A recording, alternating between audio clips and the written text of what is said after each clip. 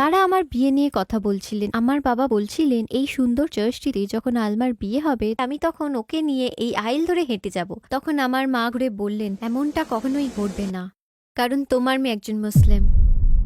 আমার জন্ম এবং বেড়ে ওঠা একটি মেক্সিকান পরিবারে, এবং আমাদের স্কুলের সময় আমাদের মাসে যোগতে হতো। মাস চলাকালীন সবাই বুকে ক্রস আঁকতো, শুধু আমার পাশে বসা একজন সেটা করতো না। মেয়েটি কেন করতো না, এই নিয়ে নানা আলোচনা শুরু হলো এবং মেয়েটি ব্যাখ্যা দিল যে সে একজন মুসলিম। এক রাতে আমি ঘুমোচ্ছিলাম, মনে আছে হঠাৎ এক আতঙ্ক আমায় পেয়ে বসে। এটা একটা বাক্সের ভেতর ছিল, আর সেই বাক্সটা ছিল বেসমেন্টে। আমি অনুভব করলাম যে এটা আমাকে বের করে আনতেই হবে। আমি কুরআনটিকে বের করে উপরে নিয়ে এলাম, হয়তো এটাই আমার যাত্রা শুরু ছিল। খুব একটা সচেতনভাবে নয়, কিন্তু আমি এই বিশ্বাসের প্রেমে পড়ে যাচ্ছিলাম। মসজিদে যাবার জন্য আমি আমার এক বন্ধুর সাথে যোগাযোগ করলাম। আপনি আমাকে একজন পুরুষের জন্য পর্দা করতে বলছেন, যাতে তারা দৃষ্টি অবনত করে নিতে পারে? তাদেরও তো দৃষ্টি অবনত রাখা শেখা দরকার। আসসালামু আলাইকুম বোন আলমা ক্যাম্পাস, আমাদের আমন্ত্রণ গ্রহণ করার জন্য ধন্যবাদ। আপনাকে পেয়ে আমরা ভীষণ খুশি। আলমা ক্যাম্পাসকে এই প্রশ্ন দিয়ে শুরু করতে চাই, আপনার জীবন সম্পর্কে সংক্ষেপে যদি কিছু বলতেন। ওয়ালাইকুম আসসালাম, আমার নাম আলমা কাম্পোস, একজন নব্য মুসলিম মেক্সিকান আমেরিকান। এখানে শিকাগোতেই আমার জন্ম এবং বেড়ে ওঠা, তো প্রায় সারা জীবন আমার এখানেই কাটানো। আমি একটি ইমিগ্রেন্ট পরিবারের মেয়ে। আমি পরিবারের বড় সন্তান, একমাত্র কন্যা সন্তান, এবং আমি ইসলাম গ্রহণ করি সম্ভবত, আমার ঠিক মনে নেই, তবে আমার মুসলিম হওয়ার প্রায় 25 বছর হয়ে গেছে, অনেকগুলো বছর পার হয়ে গেছে। তো বর্তমানে আমি একটি ইসলামিক স্কুলের ডিরেক্টর অফ অ্যাডমিশন, এবং আমি উহালা ফাউন্ডেশনের কো-ফাউন্ডার। শিকাগো লাতিনো মুসলিমদের নিয়ে এই প্রতিষ্ঠান নিয়ে আমি সত্যি ভীষণ আশাবাদী। বিশ্বাসের দিক থেকে আপনার জীবন কেমন ছিল? আপনি কিসে বিশ্বাস করতেন? আচ্ছা, আমার জন্ম এবং বেড়ে ওঠা একটি মেক্সিকান পরিবারে, এবং অন্যান্য মেক্সিকান পরিবারগুলোর মতনই আমরা ছিলাম ক্যাথলিক। তো ক্যাথলিক বিশ্বাস মেক্সিকান সংস্কৃতির সাথে ওতপ্রোতভাবে জড়িত। তো সাংস্কৃতিক দিক দিয়ে এটাই ছিল আমার পরিচয়, কিন্তু ধর্মীয়ভাবে আমরা বাড়িতে কখনোই ক্যাথলিক মতের চর্চা করিনি। এবং আমার মনে আছে ছোটবেলায় আপনার সাথে কথা বলতে গিয়ে আমার এটা মনে পড়লো, খুব সম্ভবত আমার বয়স 4 বা 5 বছর হবে, খুব একটা মনে নেই। কিন্তু আমার মা সবসময় বলতেন, সৃষ্টিকর্তা সবসময় তোমাকে দেখতে পাচ্ছেন। এবং একটা ছবি ছিল বাড়িতে, যিশুর একটি হলোগ্রাম ছিল। সেই হলোগ্রাম ছবি দেখে আমি ভীষণ ভয় পেতাম, কারণ আমার মনে হতো আমাকে ছবিটা তাড়া করে বেড়াতো। তো যাই হোক, আমরা ক্যাথলিক হিসেবে বড় হয়েছি, এবং আমার মনে আছে শুধু যিশুর ধারণা নিয়ে বড় হয়েছি, এবং কখনোই সেই ধারণা পুরোপুরি বুঝে উঠতে পারিনি। শুধু মনে হতো আমার তাকে বিশ্বাস করতে হবে, কিন্তু কখনোই কিছু বুঝে উঠতে পারিনি। যখন বড় হচ্ছিলাম আমাকে মাঝে মধ্যে চার্চে যেতে হতো, এবং সত্যি কথা বলতে আমি কখনো ক্যাথলিক বিশ্বাস নিয়ে খুব একটা পড়াশোনা করিনি, অন্তত মুসলিম হওয়ার আগে পর্যন্ত না। যখন আমি মুসলিম হলাম তখন ছিল না, আসলে তখনও মুসলিম হয়ে উঠিনি। আমার মনে হয় আমি যখন ইসলাম নিয়ে পড়া শুরু করলাম অনেক কিছু নিয়ে প্রশ্ন তুলতে থাকি। ক্যাথলিজম আসলে আমাদের কি শেখায় সেটা বুঝতে চেষ্টা করছিলাম। এটা কি এমন বিষয় যেটা আমি বিশ্বাস করতে চাইছিলাম না? তো আমি ব্যাপারটা বোঝার জন্য ইসলাম নিয়ে পড়াশোনা শুরু করলাম। তাহলে আপনি ইসলাম সম্পর্কে প্রথম কিভাবে জানলেন? আপনার কি কোনো বদ্ধমূল ধারণা ছিল? আমি তখন কিশোরী ছিলাম, হাই স্কুলে পড়ছি, আর আমার বাবা মা আমাকে একটি ক্যাথলিক স্কুলে ভর্তি করিয়ে দিয়েছিলেন। এবং আমার কমিউনিটি স্কুলটা খুব একটা ভালো মানের স্কুল ছিল না। তারা বললেন, বেশ, তুমি তাহলে এই মেয়েদের ক্যাথলিক স্কুলেই পড়ো। এবং আমাদের স্কুলে আমাদের মাসে যোগ দিতে হতো, এবং মাসের সময় একটা ক্রসের চিহ্ন আঁকতে হতো। মাসের সময় আমার ঠিক পাশে যে বসতো সে কিন্তু ক্রস চিহ্ন আঁকতো না, আর আমি ভাবতাম সে কেন এমনটা করছে না। জানি না ব্যাপারটা ঠিক কিভাবে শুরু হলো, কিন্তু আমার মনে হতো ক্রস চিহ্নটা আঁকার পরেই আমার সাথে কিছু না কিছু একটা খারাপ হতো। মনে হয় যেন খারাপ কিছু না কিছু ঘটবেই ঘটবে। আমার মনে নেই সেগুলো ঠিক কি কি ছিল, কিন্তু আমার শুধু মনে হতো আমার ভালো কোনো অনুভূতি হচ্ছে না। খুব ছোট বা অগুরুত্বপূর্ণ কিছু হতে পারে, কিন্তু আমার জন্য সেই প্রভাব যথেষ্ট ছিল যে আমি ভাবতাম এসব তো ঠিক না, আমার এসব করা উচিত না। আমার বলতে ইচ্ছা হতো এসব করো না প্লিজ। আমি বুঝতে পারতাম না কেন। আমরা যখন মাসে থাকতাম এবং সেই মেয়েটা ক্রস আঁকতো না, তখন আমার মনে হতো, ও মাই গড, এসব কি অদ্ভুত, ও কেন ক্রস আঁকছে না, এই মানুষটা কিসে বিশ্বাস করে। এখান থেকে আলোচনা শুরু হলো, আর মেয়েটি ব্যাখ্যা করলো যে সে একজন মুসলিম।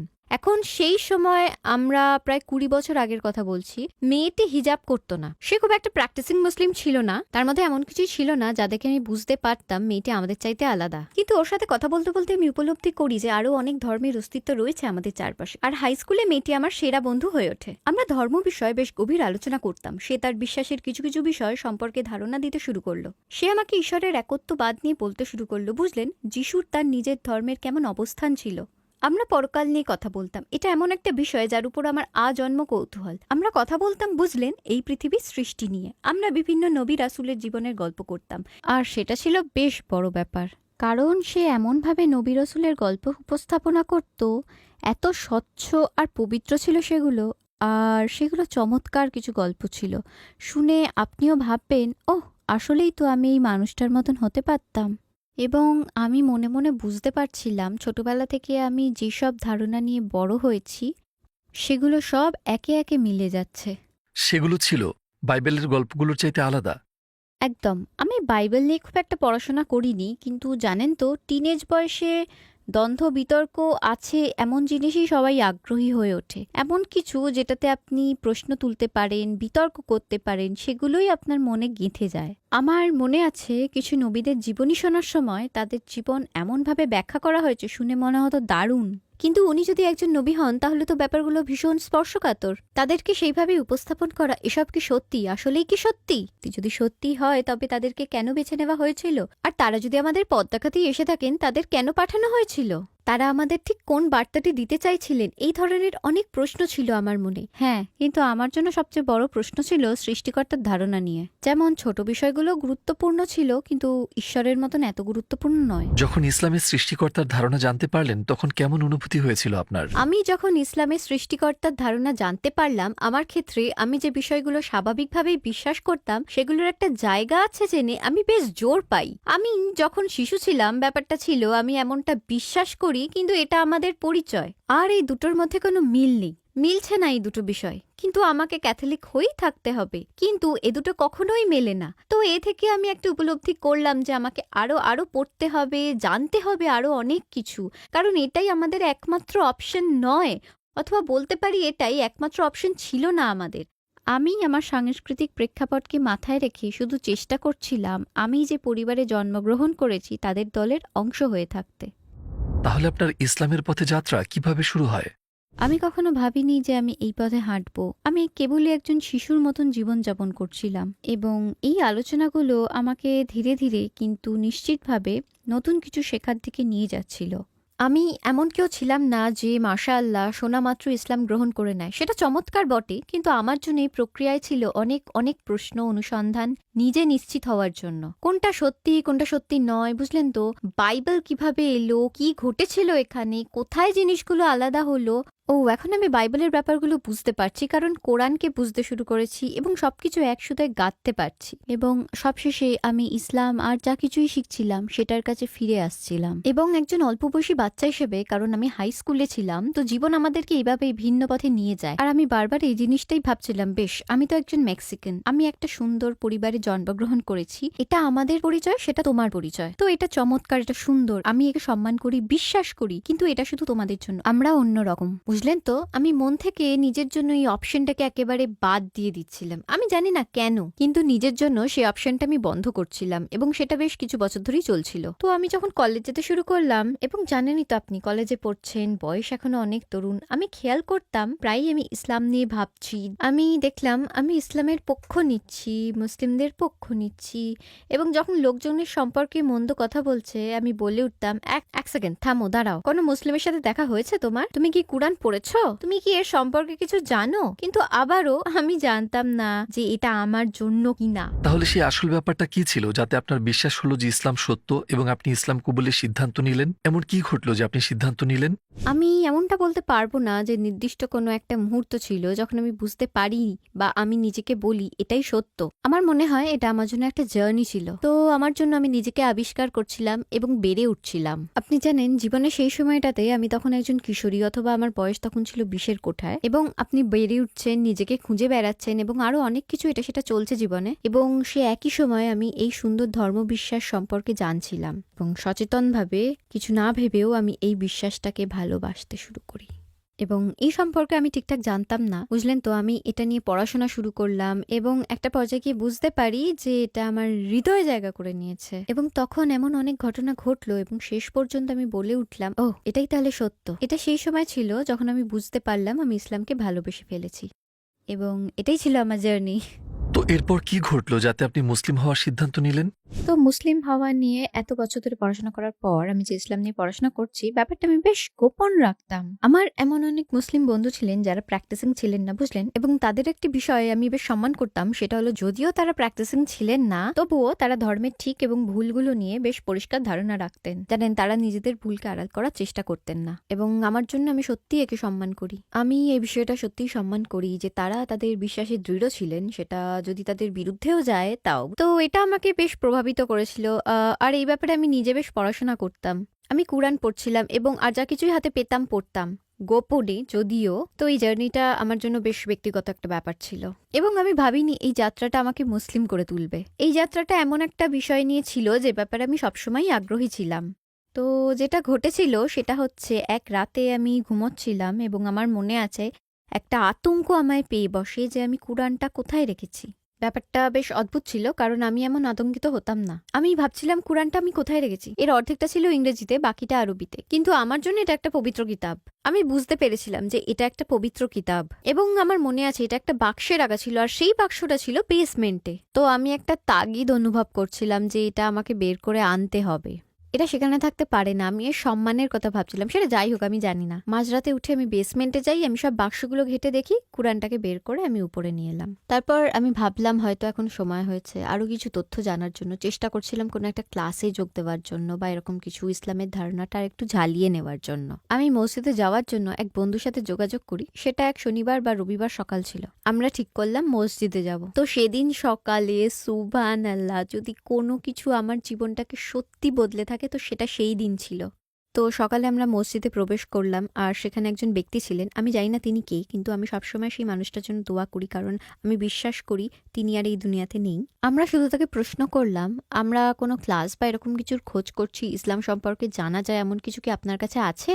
এরপর আমাদের কথাবার্তা শুরু হলো। তিনি আমাকে প্রশ্ন করতে লাগলেন যে আমি ইসলাম সম্পর্কে কি জানি। তো আমি তাকে বললাম যে আমি বেশ কিছু সময় এটা নিয়ে পড়াশোনা করছি, বেশ কয়েক বছর ধরে আমি সাওম পালন করা শুরু করেছি, মানে আমার মতো করে। ঠিক আছে, এটা হয়তো সেরা উপায় ছিল না, কিন্তু আমি সাওম পালন করার চেষ্টা করছিলাম। আর সেই সময় থেকে আমি শুকরের মাংস ছেড়ে দিয়েছি, আমি অ্যালকোহল আছে এরকম কিছু গ্রহণ করা বন্ধ করেছি।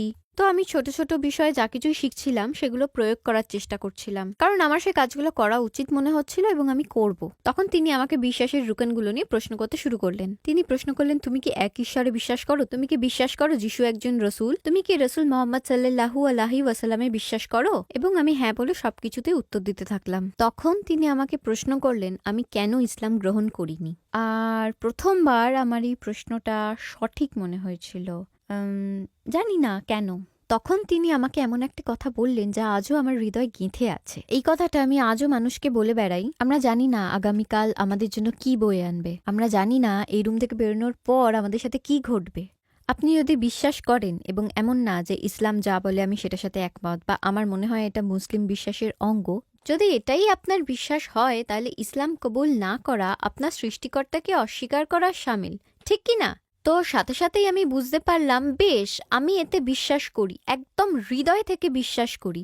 আর এই কাজটা না করার মানে দাঁড়ায় আমি আমার সৃষ্টিকর্তাকে অস্বীকার করছি, আমি রবকে অস্বীকার করছি। এই উপলব্ধিটা বেশ শক্তিশালী ছিল। আমি এটা করতে পারবো না।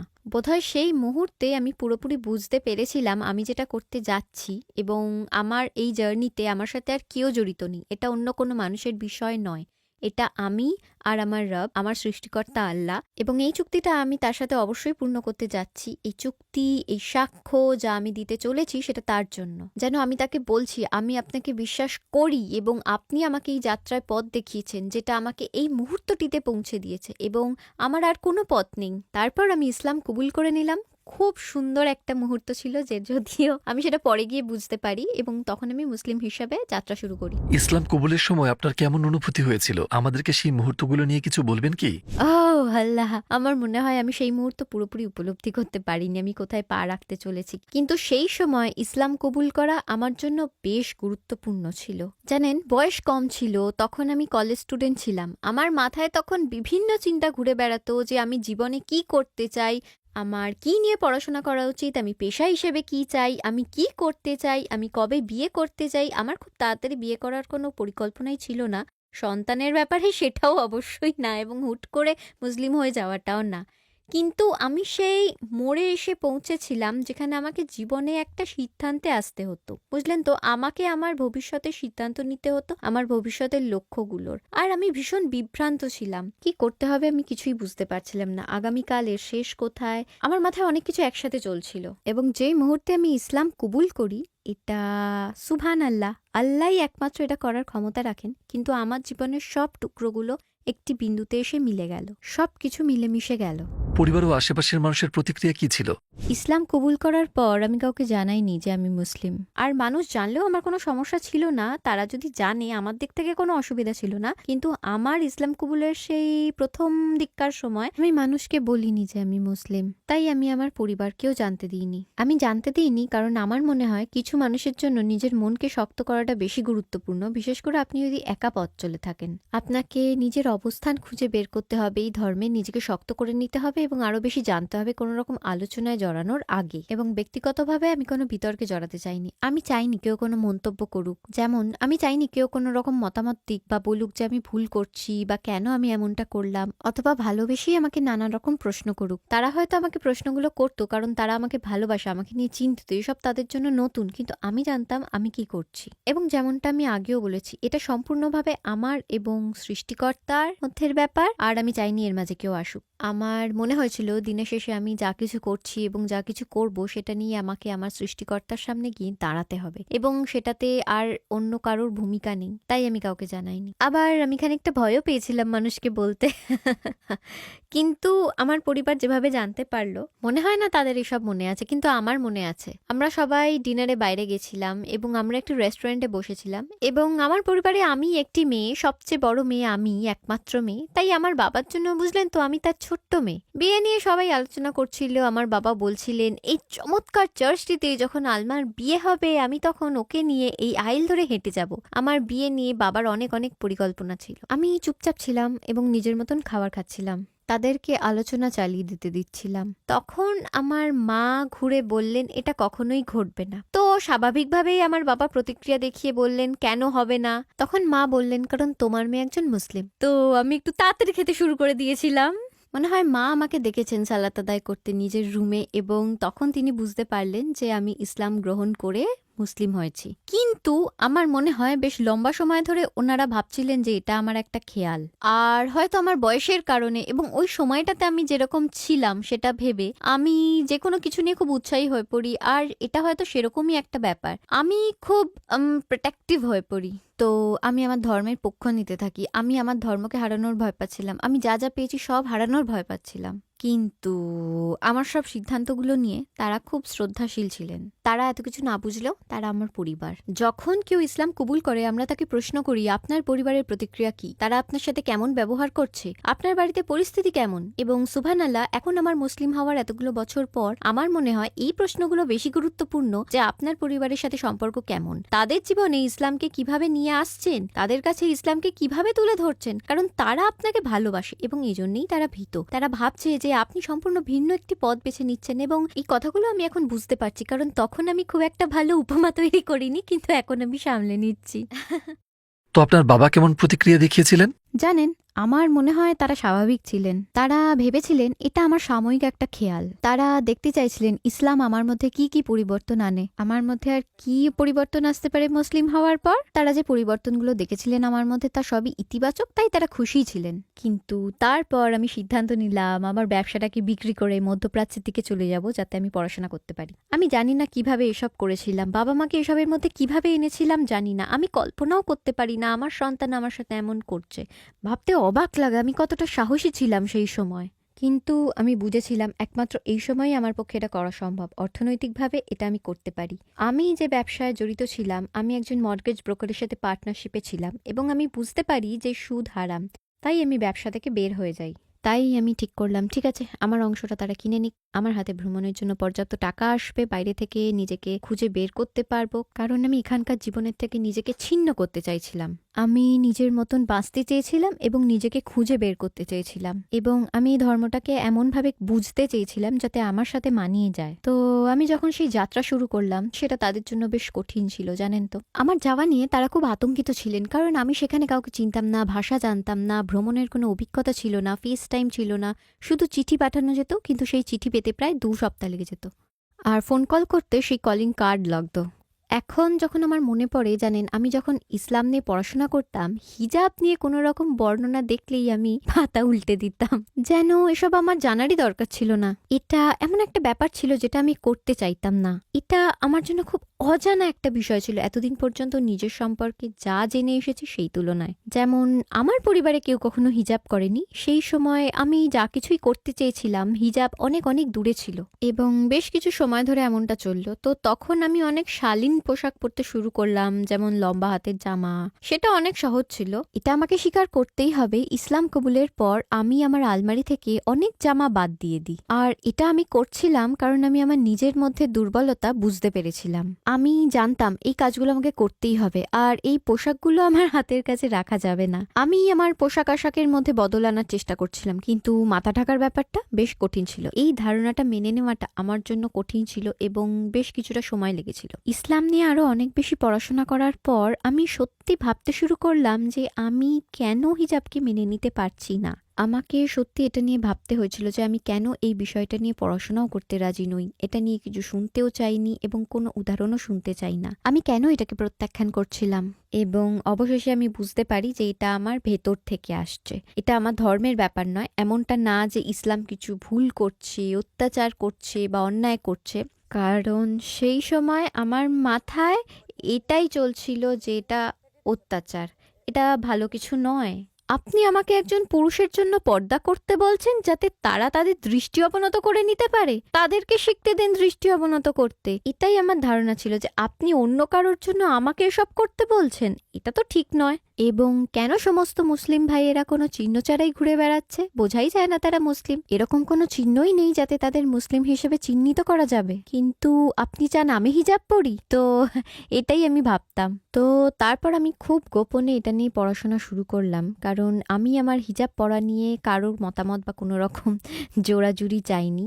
আর আমার মনে নেই সেটা ঠিক কী ছিল, কিন্তু আমি একটা লেকচার শুনেছিলাম এবং সেটা শোনার পর আমি বুঝতে পারলাম যে আমাকে হিজাব অন্য কারোর জন্য পড়তে হবে না, একমাত্র আল্লাহ বলেছেন, তাই আমার এটা পড়া উচিত। এবং এই পর্যন্ত আমি যা কিছু পড়াশোনা করেছি বা গবেষণা করেছি সেই সব যদি যৌক্তিক হয়, সেইগুলো যদি সব ভালোর জন্য হয়ে থাকে, তাহলে আমি এটা কেন করছি না? এটা আমার করা উচিত। এবং আমি সিদ্ধান্ত নিই যে যেদিন আমি আবারও জর্ডানের উদ্দেশ্যে যাত্রা করব, আমার সমাজ এবং এই কমিউনিটি থেকে আলাদা হব, সেদিন থেকেই আমি প্রথমবারের মতন হিজাব পরতে শুরু করব, এবং আমি সেটাই করেছিলাম। এবং আমি ইম্পোস্টার সিনড্রোমে ভুগছিলাম, যেন আমি অন্য কারোর পোশাক পরে আছি, আমি আর আমি নেই, যেন অন্য কেউ। আমি খুঁজে দেখতাম ভিন্ন সংস্কৃতির মানুষ কিভাবে হিজাব পরেন, আর ভাবতাম কিন্তু আমি তো আরব নই, আমি তো ভারতীয় নই, আমি অন্য কেউ নই। আর আমার এই যাত্রা বেশ লম্বা ছিল। আমি শুধু আল্লাহর সন্তুষ্টির জন্য এটা পড়তে শুরু করলাম, শুধু আল্লাহর খুশির জন্য। বুঝতে পেরেছিলাম এতে আমার কল্যাণ হবে। এবং আমি হিজাব পরার পর বুঝতে পারলাম এটা আমার জীবনে কিভাবে প্রভাব ফেলেছে। তো আমি বুঝতে পারলাম আমি যখন কারোর সাথে কথা বলছি বা অন্য কেউ আমার সাথে কথা বলছে, আমি খুব সুরক্ষিত অনুভব করতাম মুসলিম হওয়ার পর থেকে।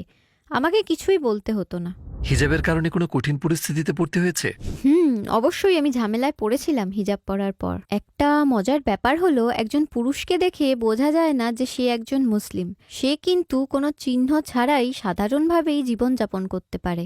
আমার ক্ষেত্রে ব্যক্তিগতভাবে আমি হিজাবের জন্য বেশ কিছু সমস্যাতে পড়েছিলাম। হিজাব পরার জন্য আমার দিকে অনেকে আঙুল তুলেছিল, তবে আলহামদুলিল্লাহ বড় কোনো ঘটনা ঘটেনি। তো একবার যখন আমি মেক্সিকোতে ছিলাম, আমি আমার পরিবারের সাথে ঘুরতে গেছিলাম। আমার মা, বাবা, স্বামী, সন্তানরা সঙ্গে ছিল। আমরা মেক্সিকোর শহরটা পরিদর্শন করছিলাম এবং একটি বিল্ডিং এর দিকে যাই। আর আমি আমার মাকে বলছিলাম, ইসলামের সাথে জড়িয়ে মেক্সিকোর প্রচুর ইতিহাস রয়েছে, যেমন মুসলিমরা এখানে এসেছিলেন এবং এই সবকিছু তৈরি করার পেছনে তাদের অবদান আছে। আমি মাকে বলছিলাম আমাদের ইতিহাসকে অস্বীকার করা হয়েছে। যাই হোক, তো আমরা একটা বিল্ডিংয়ে যাচ্ছিলাম আর সেটা একটি সরকারি ভবন ছিল আর আমি হিজাব পরেছিলাম। একটি লোক আমাকে বললেন, শুনুন, আপনি ভেতরে যেতে পারবেন না, ওটা খুলতে হবে। স্বাভাবিকভাবেই আমি বললাম, সম্ভব না, এটা একটি ধর্মীয় পোশাক, এটা আমি কিভাবে খুলে নেব? তিনি বললেন, দুঃখিত, এখানে টুপি বা এরকম কিছু পরে প্রবেশ করা নিষিদ্ধ। তখন আমি বললাম, আপনি কি মেরিকে বিশ্বাস করেন? তিনি বললেন, হ্যাঁ। তখন আমি বললাম, হ্যালো, মেরিকে মনে আছে? আমি মেরির মতন পোশাক পরেছি, আর আপনি আমাকে ভেতরে আসতে দেবেন না? তখন তিনি বললেন, ঠিক আছে, যান যান, ভেতরে ঘুরে আসুন। একজন ইসলাম কবুলকারী নারী হিসেবে আপনি কি মনে করেন যে এই ধর্ম নারীকে অবমূল্যায়ন করে? একজন নারী যখন ইসলাম কবুল করে, এই ধর্ম কি নারীকে অবমূল্যায়ন করে? একদমই না, একদমই না। আমি বুঝতে পারছি মানুষ এরকম ভাববে, এটাই তাদের ধারণা, কিন্তু আপনি যখন সত্যিই এই ধর্মটা নিয়ে পড়াশোনা করবেন, আপনি বুঝতে পারবেন এই ধর্মে নারীকে কিভাবে সম্মান করা হয়েছে। আর আমার এটা দেখে ভীষণ ভালো লেগেছিল। এমনকি ইতিহাস থেকে জানতে পারি আমাদের রসুল মোহাম্মদ সাল্লাল্লাহু আলাইহি ওয়াসাল্লামের সময় নারীদের প্রতি সম্মান দেখে আমি অবাক হয়ে যাই। মানে অবশ্যই একদমই ওনার শুরুর সময় থেকে। এবং সাংস্কৃতিক দিক দিয়ে আমার মনে হয় ইসলামকে আমরা আরো ভালোভাবে বুঝতে পারছি গাজাতে যে ঘটনাগুলো ঘটছে তার পরিপ্রেক্ষিতে। আমরা দেখতে পাচ্ছি খুব কঠিন সময়ে দাঁড়িয়েও পুরুষেরা ঠিক কেমন আচরণ করছেন, কিভাবে তারা রক্ষা করছেন তাদের পরিবারের, নারীদের, সন্তানদের, তাদের কমিউনিটিকে, তাদের ভেতরের কোমলতা পরিস্ফুট হচ্ছে এবং নারীদের ভূমিকাও দেখতে পাচ্ছেন। তো ইসলামের পথে আসার আগে আমারও এই ভুল ধারণা ছিল যে এই ধর্মে নারীদের অবমাননা করা হয়। এ বিষয়ে পড়াশোনা করে এবং নিজে জীবনযাপন করে আমি গ্যারেন্টি দিয়ে বলতে পারি ব্যাপারটা একদমই ওরকম না। অনেকেই মনে করেন মুসলিম হবার পর আপনি আরবদের মতো হয়ে যান, নিজের নাম পাল্টে ফেলবেন, পোশাক পাল্টে ফেলবেন, নিজের সংস্কৃতি বদলাবেন। হ্যাঁ, তো একই সাথে মুসলিম হওয়া এবং নিজের সংস্কৃতি নিয়ে বাঁচা কি সম্ভব?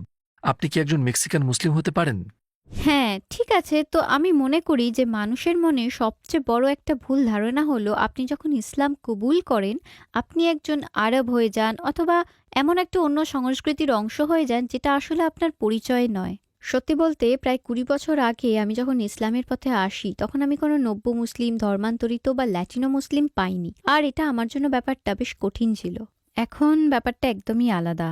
সময় বদলেছে, এই সোশ্যাল মিডিয়ার যুগে বিভিন্ন প্ল্যাটফর্মে গ্রুপের দরুন মানুষ সচেতন হচ্ছে ইসলাম সম্পর্কে এবং আমরা এখন বুঝতে পারছি যে ইসলাম গ্রহণ করলে আপনাকে একজন আরব হতে হবে না, আপনাকে ভারতীয় হতে হবে না, আপনাকে রাশিয়ান হতে হবে না। আপনি যেমন আপনি তেমনই থাকতে পারেন। এই ধর্মের সৃষ্টি মানব জাতির জন্য এবং আপনি তারই অংশ।